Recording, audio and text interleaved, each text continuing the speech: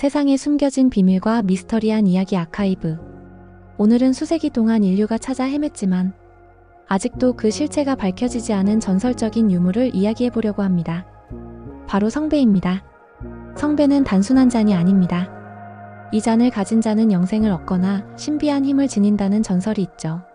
중세시대부터 수많은 기사와 탐험가들이 성배를 찾아 떠났지만 아직까지도 성배의 행방은 미스터리로 남아 있습니다. 그렇다면 성배는 정말 실존하는 걸까요? 아니면 그저 신화 속 이야기일 뿐일까요? 성배의 기원 예수가 마신 잔? 성배는 기독교의 역사에서 시작됩니다. 신약 성경에 따르면 예수 그리스도는 최후의 만찬에서 한 개의 잔을 사용했다고 기록되어 있습니다. 그리고 전설에 따르면 예수가 십자가에서 처형될 때 그의 피가 이 잔에 담겼다고 합니다. 이후 성배는 단순한 유물이 아니라 신의 기적이 깃든 성스러운 물건이 되었죠.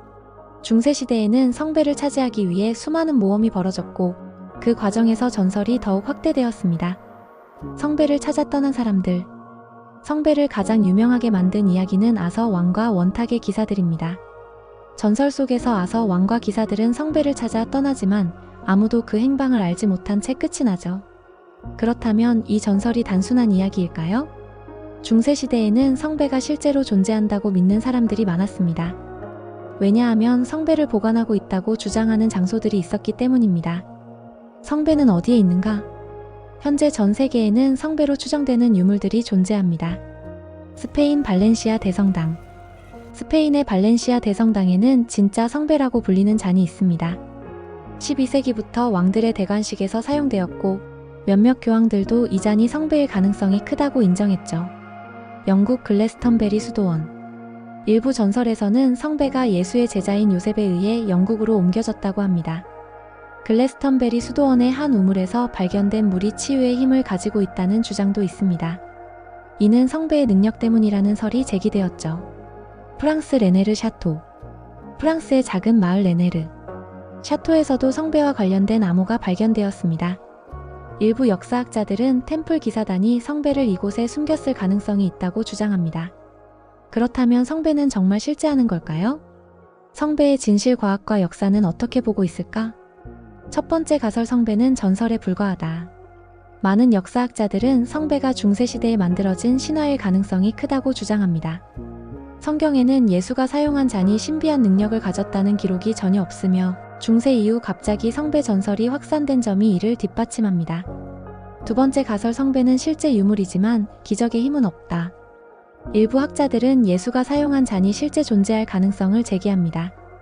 하지만 성배가 신비한 힘을 가지고 있다는 것은 중세 신학이 만들어낸 이야기일 가능성이 높다는 것이죠. 세 번째 가설 성배는 잔이 아니라 예수의 후손을 의미한다. 다른 가설에서는 성배가 단순한 물건이 아니라 예수의 혈통과 관련된 비밀을 의미한다고 주장합니다. 이 가설은 댄 브라운의 소설 다빈치 코드에서 유명해졌죠. 여기서는 성배가 예수의 후손과 관련된 비밀을 담고 있다는 해석이 등장합니다. 그렇다면 수천 년 동안 인류가 찾아 헤맨 성배의 진실은 무엇일까요?